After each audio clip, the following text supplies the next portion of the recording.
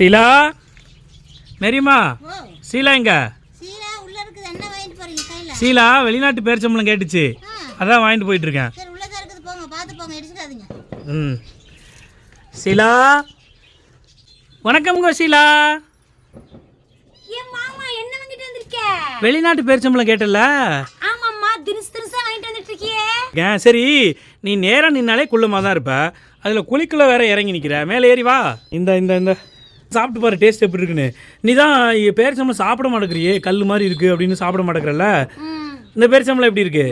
வாயில வச்சா அவ்வளவு சாப்பிட்டா இருக்கு மாமா. நல்லா இருக்கா?